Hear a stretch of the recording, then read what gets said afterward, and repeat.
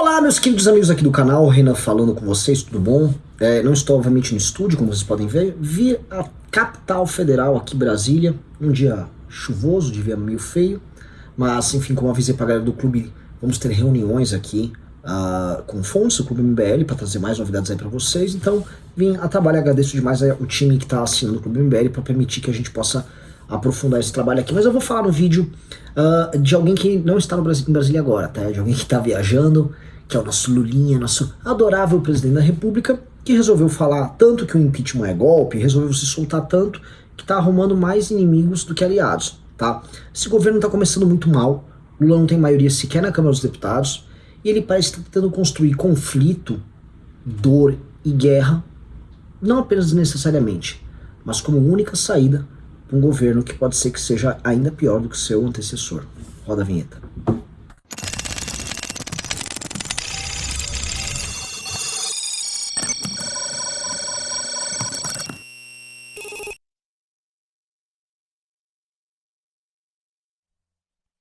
Pois bem, galera, olha só normal pra vocês, o governo mal começou, ele já tá lá com uma galera berrando sem anistia.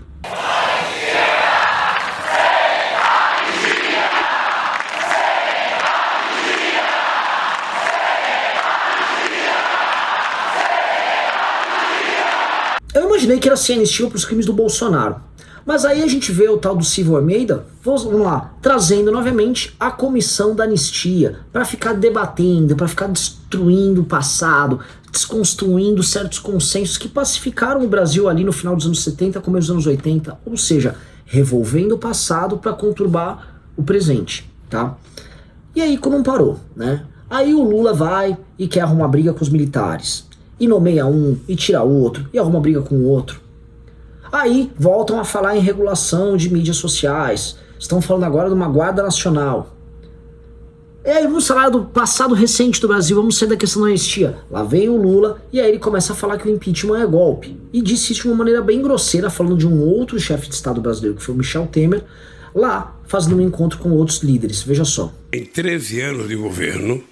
Durante 13 anos de governo... Foi destruído em 6 anos. Se destruiu em 6 anos. Ou melhor, em 7 anos. 3 7 anos. Do golpista Michel Temer. 3 do golpista Michel Temer. E 4 do governo Bolsonaro. Primeiro, né, meus 2 dedos aqui de opinião sobre essa posição do Lula, tá? Além de completamente errada, né, o próprio Michel Temer fez uma thread muito séria, muito boa, refutando ele, respondendo ele. A gente tem que voltar no tempo, e é muito interessante que estou aqui num hotel em Brasília, e eu participei ativamente do impeachment da Dilma, vindo inúmeras vezes aqui em Brasília, não apenas organizar manifestações, mas participar das reuniões que deram origem ao impeachment dela, né? Estive com Michel Temer, já estive com líderes do PSDB, estive com líderes de todos os partidos à época. E a verdade, meus amigos, é que aquelas pessoas foram empurradas ao impeachment pelas ruas, pela Operação Lava Jato, que estava caçando e pegando todo mundo, e pela uma sensação que eles tinham de incredulidade. Era uma sensação de incredulidade, o processo era tão poderoso que eles foram levados pelo processo, tá? Essa mania que as pessoas têm, e justifica essas teses do Lula, tipo, foi um golpe, uma grande armação, que de que eles tinham uma elite que tem o controle o tempo todo de todo o processo, é uma tese furada. E é uma tese que soa conspiratória. Tem gente que bota nos Estados Unidos no meio, não teve nada disso. Já tive com lideranças grandes do PSDB, o principal partido da oposição, do Aécio ao Alckmin durante o processo de impeachment inteiro. Eles não queriam impeachment. Eles foram levados pela base do partido, pelas pessoas que queriam ser candidatos a prefeito e vereador na eleição de 2016. Mesma coisa em inúmeros outros partidos.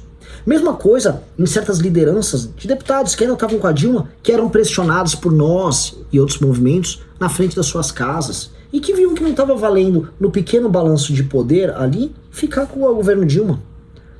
Setores inteiros, como a agricultura, entraram no impeachment da Dilma Rousseff. Igrejas evangélicas das mais diversas entraram. Sendo que no começo não estavam, foram convencidos a entrar. Fizeram reuniões com as bases do processo de impeachment. Não foi uma reunião de gabinete, sei lá, vem um americano, senta com o Temer e fala, vamos fazer isso, aquilo, e pô, não. Foi um processo vivo, foi um processo histórico vivo, com agentes políticos novos e pessoas normais. E aquilo derrubou um governo que simplesmente não estava mais legítimo, simplesmente não estava mais funcionando, tá? Eu gosto de falar disso nestes termos, porque ali, e por ter participado e por ter vivido aquilo, eu entendi que, assim, existem relações de poder, existem oligarquias, existem pessoas que mandam dentro de estruturas muito poderosas, mas o cidadão comum, dispondo dos meios que ele tem, ele pode escalar essa estrutura e alterá-la.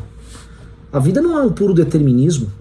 A ideia que eles colocam de um golpe, ela é construída justamente para abafar que houve as maiores manifestações da história do Brasil e que o impeachment foi conduzido em grande medida, não apenas, mas em grande medida, pela própria população brasileira. Porque o que dói neles é que foi a população brasileira que conduziu o processo, através dessas manifestações, através do uso novo que ela fez das redes sociais e, novamente, de inúmeras ferramentas que ela passou a dispor. Não foi intrigas palacianas para dar um golpe. Isso é conversa mole. As intrigas, obviamente precisam existir, porque sem coordenação e articulação política não haveria impeachment algum. Mas as motivações que levaram isso a acontecer, estas sim, populares, elas foram o principal motor. Então, papo de golpe, pronto, já trouxe isso aqui, é importante. Agora, institucionalmente, o Lula, ele arruma briga com o MDB, ele arruma briga com inúmeras figuras que estão no seu governo e que participam dele, tendo participado do governo Temer e participado do processo de impeachment.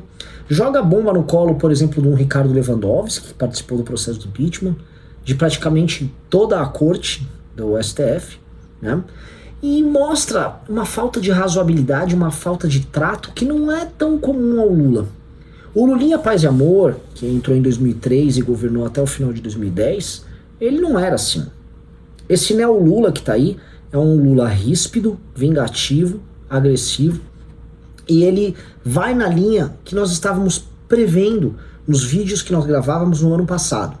Ano passado a gente estava falando assim, olha, o Lula pode não vir nessa linha que muitos liberais estão esperando, que é o Lulinha é bom de papo, o Lulinha é fácil de lidar. Lula faz parte de um partido de matriz socialista que foi destruído nos anos agora de 2017, 18, 19. O partido sobreviveu porque deu a volta ali por cima, foi uma fênix, porque eles estavam em queda livre. O Lula foi preso, viu sua esposa morrer nesse processo. O Lula tem muita raiva. O Lula não tá ali de boa. Então, não esperem que o Lula apenas seja um negociador brando. Não tem nada disso tá acontecendo, tá? O Lula tá indo pra cima mesmo. O Lula tá arrumando todas as brigas que ele pode. O Lula plantou inúmeras bombas que vão explodir ao longo do processo. Eu falo isso o tempo todo, tá? E essa do impeachment é mais uma que ele agora aponta não apenas pro sistema político, indiretamente ele joga no STF, mas ele provoca a outra metade da população que não votou nele. Tá? Ele tá chamando metade da população brasileira de golpista. Ele tá falando que o sistema político brasileiro que ele se alia é golpista. Isso não vai dar certo, tá? Esse governo Lula que tá indo pra dividida, né, que tá procurando contato e vai encontrar o contato, é um governo que tá colocando o Brasil em chamas, e talvez ele o faça não apenas porque quer vingança, tá? Mas também porque é apenas isso que resta a ele. Eu ando vendo, já cheguei aqui em Brasília, conversei com o Kim, estamos falando com deputados, e o clima não é de maioria dentro da Câmara dos Deputados pro Lula. As composições, inclusive ministeriais, que o PT fez, são muito boas pro PT. Mesmo aumentando o número de ministérios e tudo mais. Tem muita gente que tá brava com ele, que tá infeliz com ele, e é um governo que vai exigir muito do parlamento, especialmente com suas pautas, não digo ainda antidemocráticas, mas concentradoras de poder. Até julho, prevejo muitas mudanças e prevejo que as coisas ficarão profundamente conturbadas, tá? É um homem que quer guerra, e eu acho que ele vai ter guerra.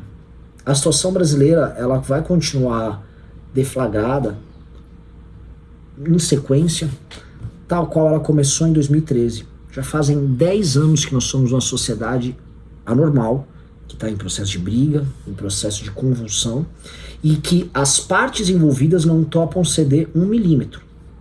Nada. O PT não cede nada. Tá? O sistema político brasileiro não cede nada. Basta ver seu representante, o Xandão. A direita, quando chegou ao poder, não cedia em nada. Porque todos, em alguma medida, estão se beneficiando da briga, tirando as classes médias e as pessoas mais pobres.